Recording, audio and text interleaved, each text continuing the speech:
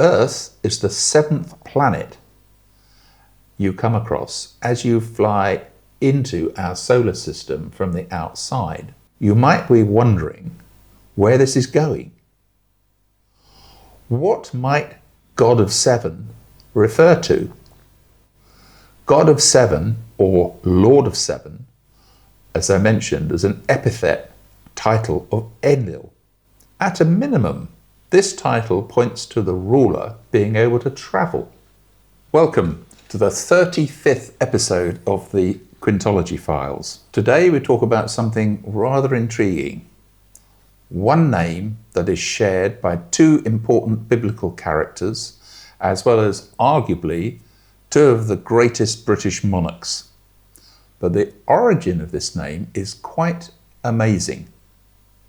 In past episodes, I noted that for the ancient Middle Eastern cultures, one of the epithets of the god named as Enlil, also known as Elyon by the Canaanites and the Israelites, was ruler of planet Earth. The symbol associated with Elyon was the bull, and he was linked to the constellation of Taurus. The zodiacal period of Taurus waned around 2000 BC, and the crown passed to his nephew, Ra.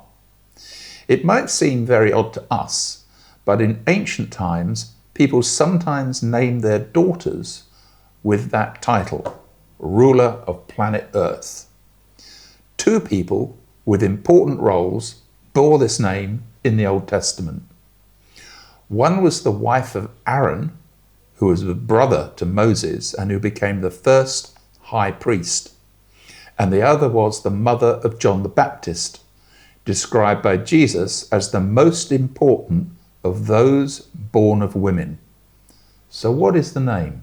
Have you guessed it? Yes, in modern English it is Elizabeth, but in ancient Hebrew it was Elisheba. Today we will explore how this name evolved and the astounding implications of its original meaning. So, what does Elisheba mean? The Hebrew root is of two parts, El and Sheba. El means God and appears in numerous Hebrew words. Sheba means seven.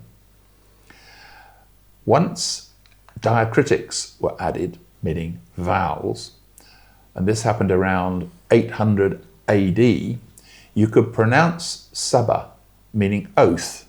So literally, Elisheba means God of seven. Given that returning from the exile in Babylon, the Jews were trying to be strictly monotheistic, the idea of God is seven or God of seven sounds somewhat inappropriate.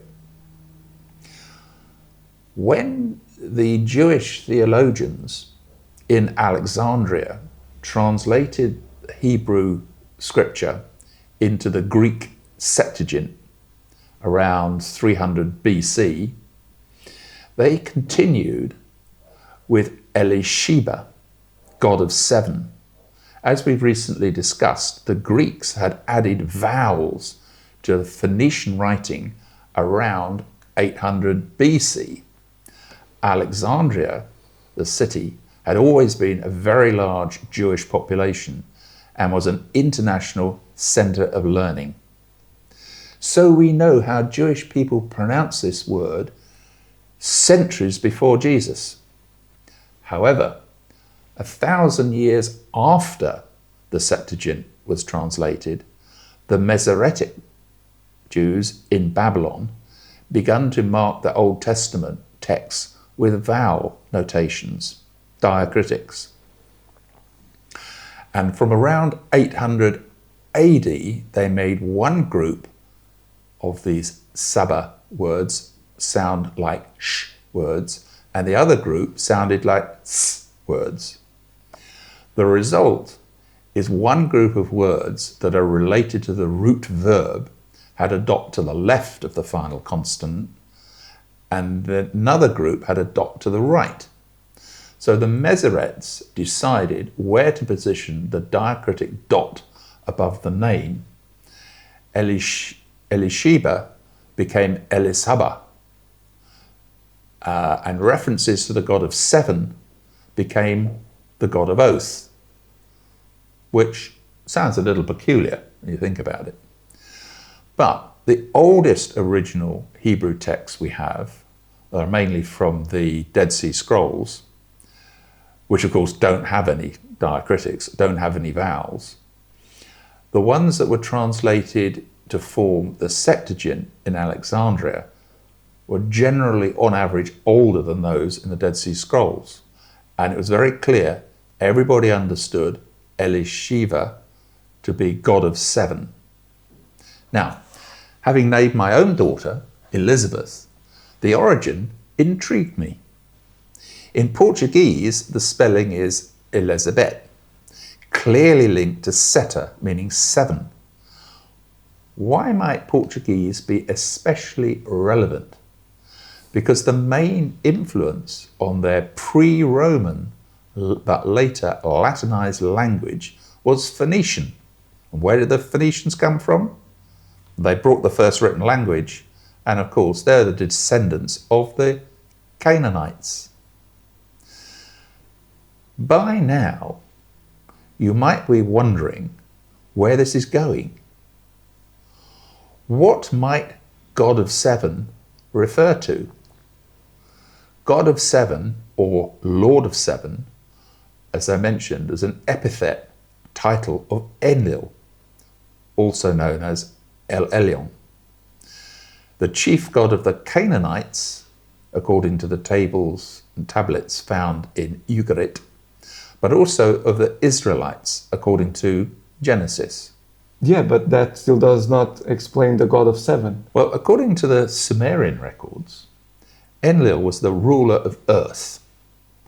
Earth is the seventh planet you come across as you fly into our solar system from the outside.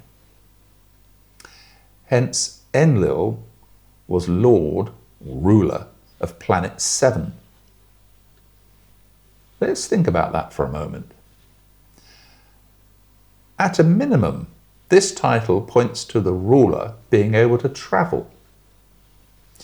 Remember a few episodes back we talked about the ancient term Shem, which puzzled biblical translators and gave birth to a cult-like practice of worshipping the name of the Lord, the name of God.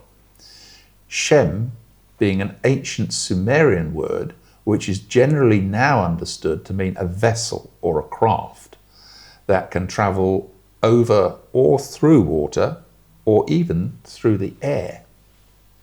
This also provides an interesting new explanation for the Queen of Seven, the Queen of Sheba, described as a wealthy, beautiful, and powerful woman who came out of nowhere and seduced King Solomon. There have been numerous theories as to where the Queen of Sheba came from, as a consort or sister of the ruler of earth, or perhaps just wielding powers or using similar transportation to the Lord of the planet. Such a woman could easily claim or be assumed by simple Israelites to be the Queen of Seven, the Queen of the planet. Verse in 1 Kings 10, we see a description of the Queen of Sheba. Meet the fabled source of wisdom and her amazement at Solomon's wealth and organization. Apparently, she also showered him with gifts of gold and rare spices. This royal visit must have made a lasting impression.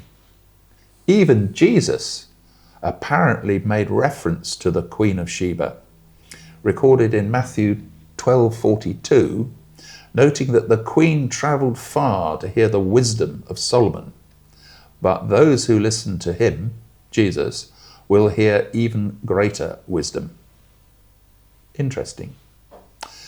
The Sumerian records relate that Inanna, granddaughter of Enlil, was the one who selected Etana, a handsome shepherd boy, to be the first fully human king of Sumer, dated to 3760 BC. Note, this is the event from which the Jewish calendar is still based, i.e. the current year 2026 plus the 3760 equals 5786, the current Jewish year. Given that Genesis states that the Lord Almighty, Elyon, was the one who instructed Abraham to ride off to recapture the promised land from the descendants of Ham, it's quite reasonable to think that Inanna, known as Ashtoreth to the Canaanites and Israelites, popped in to check how Abraham's descendants were doing, just after Solomon dedicated the new temple. It's amazing how these things, you can see the connections. In Jewish and Christian theology, the terms God, Lord, and ruler tend to be used interchangeably. I think it's we who've repeatedly conflated ruler and Lord with an ultimate deity.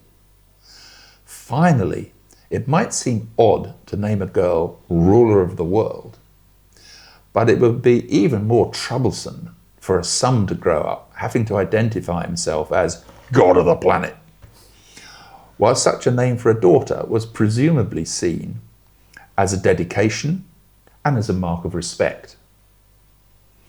Indeed, history has witnessed a few women confidently carrying this epithet, even though they may have been unaware of its true meaning. I hope you enjoyed today's episode. Please press the like button, and even better, please subscribe. Subscription is free, but it gets you information on future episodes as they're launched. Thank you very much.